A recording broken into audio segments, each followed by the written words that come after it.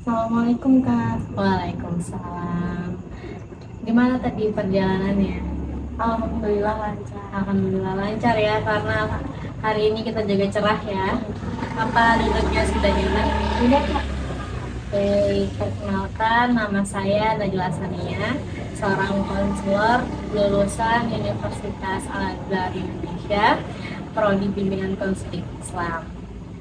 Oke, sebelumnya apa benar ini dengan Fadilah yang sudah meng-email saya 3 hari yang lalu? Iya Kak, benar. Kalau boleh tahu, kenal saya dari mana? Kebetulan saya punya kenalan yang dimana dia ngerekomendasiin untuk datang ke Kak. Oke. Sebelumnya apakah dia sudah pernah ke konselor? Belum Kak? Belum pernah ya? Belum. Ini pertama kali berarti. Iya. Jadi izinin saya menjelaskannya terlebih dahulu ya. Iya. Jadi ini adalah pertemuan antara klien dan konselor, yang dimana konselor adalah seorang profesional yang membantu klien menyelesaikan masalahnya dan membawa perubahan baik di kehidupannya.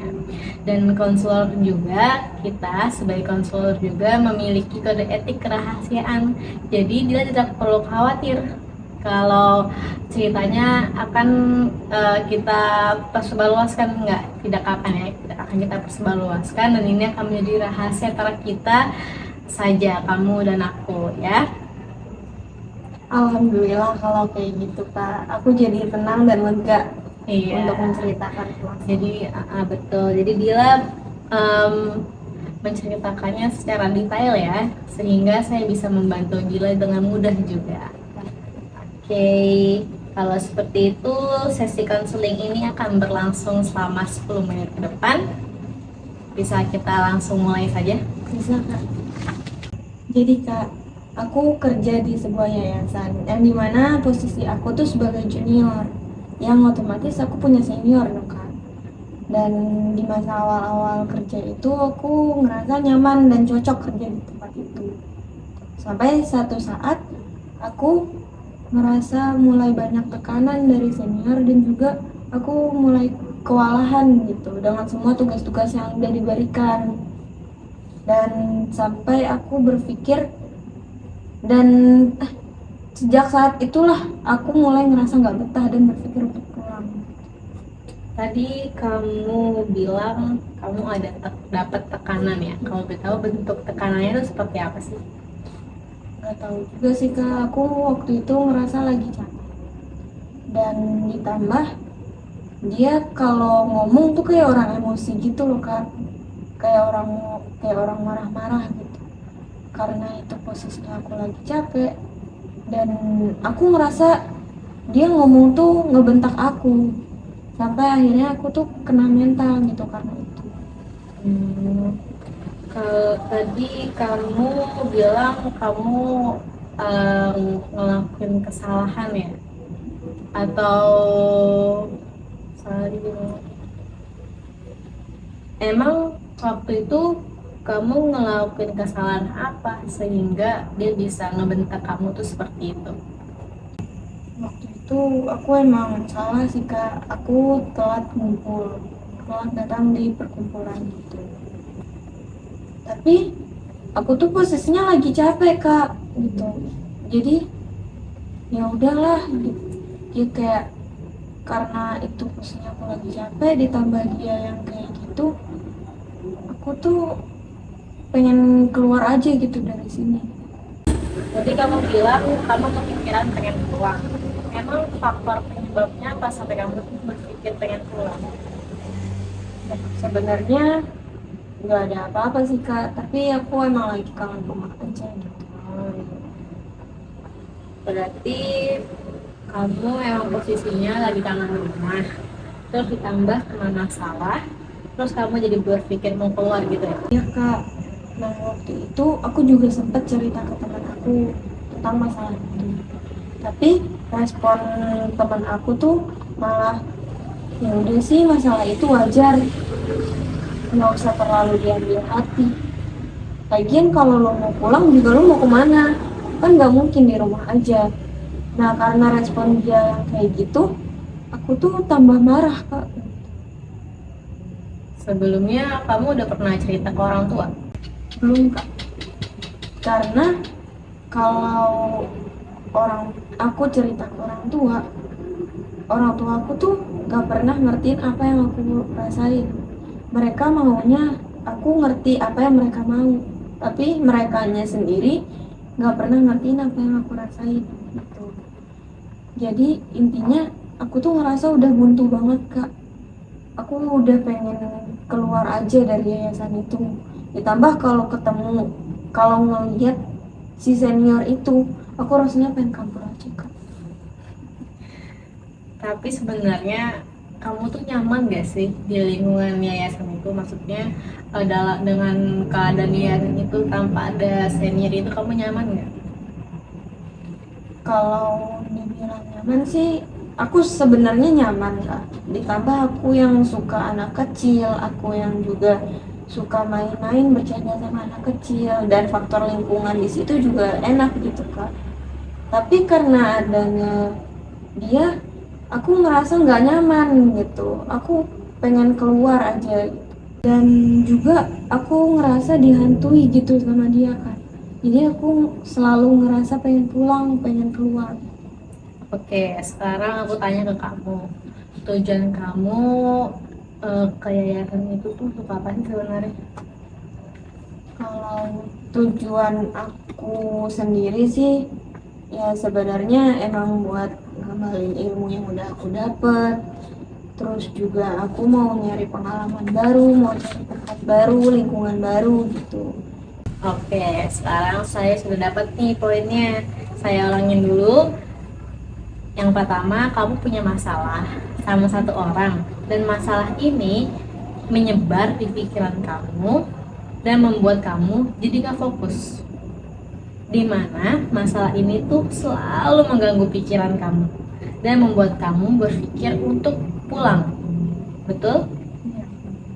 Padahal kalau kita lihat dari tujuan kamu ada di yayasan itu tuh udah bagus. Kamu ingin mengamalkan ilmu kamu.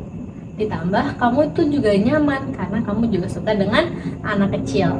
Dan kalau dilihat juga dari tujuan kamu, gak ada tujuannya untuk meladeni dia, ya nggak? Iya. Ya kan? Dan kamu, tetapi karena adanya orang itu, kamu jadi merasa gak nyaman, merasa dihantui, merasa ditekan. Nah, sekarang coba kamu ubah mindset kamu yang irasional menjadi rasional. Kita kembali lagi ke awal. Kalau kamu sudah menyebutkan bahwa tadi tujuan kamu untuk mengamalkan ilmu kamu, dan sekarang coba kamu ubah pemikiran kamu yang irasional menjadi rasional. Kamu harus positive thinking, bahwasannya kita balik lagi ke awal. Kalau kamu tadi menyebutkan kalau dia itu logatnya emang seperti itu, logatnya emang keras. Nah, posisi mungkin dia memang ingin menegur kamu, tapi kan dia nggak tahu apa yang kamu rasain, nggak tahu apa yang lagi kamu pikirin, tapi tujuannya itu mungkin baik. Dan sekarang coba kamu ubah pemikiran kamu yang irasional menjadi rasional. Kita kembali lagi ke awal, bahwasanya tadi kamu sudah menyatakan kalau dia memang ngomongnya seperti itu, logatnya memang seperti itu. Nah, kamu harus positive thinking, bahwasanya dia tuh niatnya tidak untuk menyakiti kamu, tapi memang karena cara bicara dia yang keras. Nah, sebenarnya dia tuh baik ke kamu, masih mau menegur kamu untuk lebih tepat waktu lagi. Toh kita sesama manusia kan nggak tahu apa yang orang lain pikirkan, apa yang orang lain rasakan. Jadi mungkin pada saat itu kamu memang lagi down, kamu lagi banyak pikiran. Jadi ketika dia berbicara seperti itu, kamu merasa kalau kamu tuh lagi dibentak. Padahal dia tuh niatnya baik ke kamu, mau ngingetin kamu seperti itu. Nah, coba tadi benar kata temen kamu, kalau semisalkan keputusan untuk pulang itu bukan yang tepat. Oh, juga kalau kamu pulang, kamu belum ada tujuan. Kalau kamu mau keluar, kamu minimal kamu harus tahu kamu tuh mau kemana. Em, Harus tahu kamu di rumah mau ngapain, seperti itu. Daripada belum ada pemikiran seperti itu, mending kamu selesaikan dulu tujuan kamu yang ada di event tersebut. Lalu kalau memang tetap ingin keluar, kamu harus cari tempat tujuan terlebih dahulu sebelum keluar. Jangan sampai karena ego kamu tetap keluar dan kamu malah menganggur, seperti itu. Dan tujuan kamu ingin mengamalkan ilmu kamu itu juga jadi sirna, gitu aja. Ditambah kamu jarang komunikasi dengan orang tua, sedangkan komunikasi dengan orang tua itu sangat penting. Kamu bisa mengobrol dengan mama, kamu bisa meluapkan apa isi hati kamu, dan itu salah satu yang orang tua kamu pengen dari kamu, seperti itu. Jadi coba pikirkan baik-baik bahwasannya tujuan kamu untuk pulang itu sangat tidak tepat. Jadi cari cara lain. Kalau memang kamu gak mau ketemu sama dia, kamu bisa menyibukkan diri kamu sehingga kamu lupa kalau misalkan kamu punya masalah ini. Dan kalaupun kamu tidak melakukan kesalahan, toh kamu gak berurusan sama dia kan, seperti itu. Jadi kalau kamu lagi kesal sama dia, kamu berpikiran ingin pulang, coba kamu pikirkan faktor-faktor yang membuat kamu senang dia, seperti itu. Seperti tadi kamu bilang kamu suka anak kecil, pikirkan kalau misalkan kamu keluar, kamu tidak bisa lagi ketemu sama mereka. Terus kamu juga nyaman di lingkungan itu. Kalau kamu keluar, kamu tidak akan bisa lagi merasakan lingkungan seperti itu. Jangan sampai karena satu faktor ini mempengaruhi masa depan kamu nanti. Mengertilah? Iya Kak, mengerti. Oke, selanjutnya tentang orang tua kamu. Bukan berarti mereka itu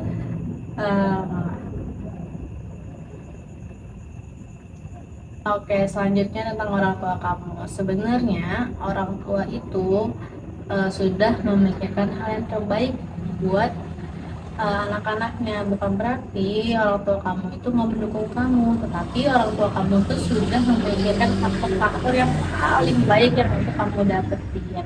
Maka dari itu, orang tua kamu tidak mau kamu asal aja ngambil keputusan. Dan jangan sampai kamu mengambil langkah yang salah. Kamu tetap membesarkan ego kamu sehingga kamu melakukan sesuatu tanpa restu orang tua. Toh kita sudah belajar bahwasannya ridho Allah ada di ridho orang tua dan murka Allah ada di murka orang tua. Seperti hadis ridho Rabbi fi ridho walidi wa sakhatu Rabbi fi sakhatil walidi, yang dimana keridoan Allah itu ada di ridho orang tua. Jika Allah ridho, jika orang tua ridho, maka Allah pun juga ridho. Sebaliknya, kalau orang tua gak ridho dengan apa yang kamu lakuin, Allah juga gak ridho dengan apa yang kamu lakuin. Dan apabila orang tua kamu marah terhadap kamu, Allah juga marah terhadap kamu. Maka dari itu, jika memang kamu punya sesuatu yang ingin kamu lakukan, coba pikirkan matang-matang dan sampaikan itu kepada orang tua kamu. Kalau misalkan aku udah mikirinnya matang-matang, Pak, Mah, aku udah tahu resikonya, aku udah tahu apa yang aku hadapin, aku udah tahu apa yang harus aku siapkan untuk menghadapkan hal itu, sehingga orang tua kamu yakin bahwasanya anak gadis kecilnya ini sudah bisa mengambil keputusan dan sudah bisa mengambil resiko, seperti itu. Iya Kak, aku emang kurang sama apa yang udah Kakak sampaikan tadi. Oke, sekarang aku tanya nih ke kamu, apa yang harus kamu lakuin untuk kedepannya? Mungkin untuk kedepannya aku akan mengubah mindset aku yang terlalu sempit jadi lebih terbuka lagi. Terus juga selanjutnya aku akan minta maaf ke teman aku Kak, karena aku terlalu egois. sebenarnya apa yang dia ucapkan itu adalah solusi yang aku cari. Tapi karena aku yang terlalu egois, karena ego aku yang tinggi, aku malah marah ke dia dan merasa bahwa dia nggak pernah ngerti aku.